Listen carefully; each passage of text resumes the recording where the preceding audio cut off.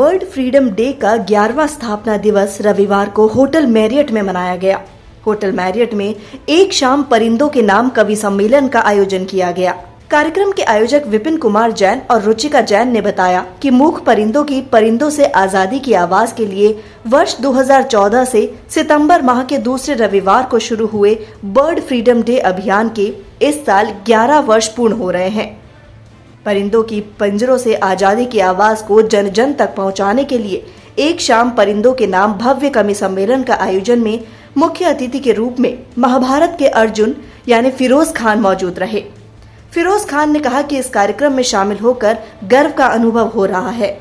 इस मौके पर आयोजित कवि सम्मेलन में कवियों को सुनने का मौका मिला।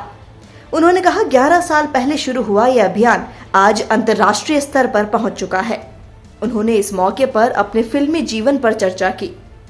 रुचिका जैन ने बताया कि कैंपेन के 11 साल पूरा होने के उपलक्ष्य में 11 कवियों ने सम्मिलित रूप से मिलकर परिंदों की पिंजरों से आजादी की आवाज को बुलंद किया।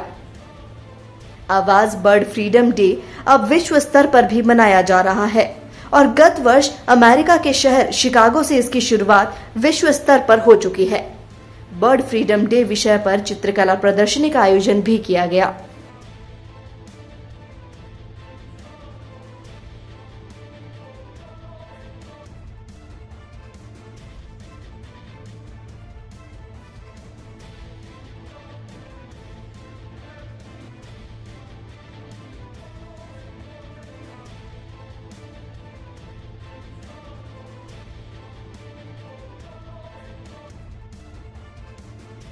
मैंने वही कहा ना कि युगों युगों से यही चला आ रहा है कि आज़ादी ही ज़िंदगी है।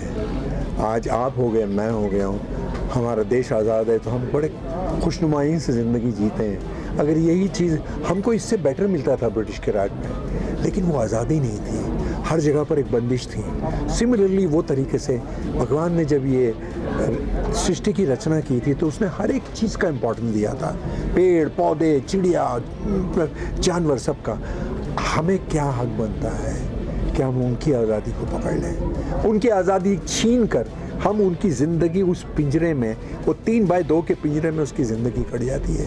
आप कभी ये सोचिए कि उसके दिल से क्या बदवाएँ निकलती होगी, क्या आहें निकलती होगी। आज़ादी सबको बहुत प्यारी होती है और जब परमात्मा ने ही उनको उड़ने के लिए बनाया है, और मैंने जिस तरह से बोला कि कितनी सारी फैकल्टीज़ है जिसके लिए वो मदद करते हैं, तो आप उनको छोड़िए ना, उनको खुला छोड़िए।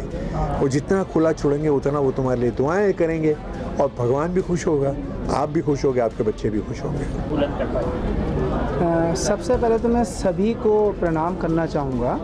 और 11 साल का ये सफ़र था, तो कहते हैं एक और एक जब 11 हो जाता है तो बहुत आगे तक, बहुत दूर तक चीज़ें जाती है।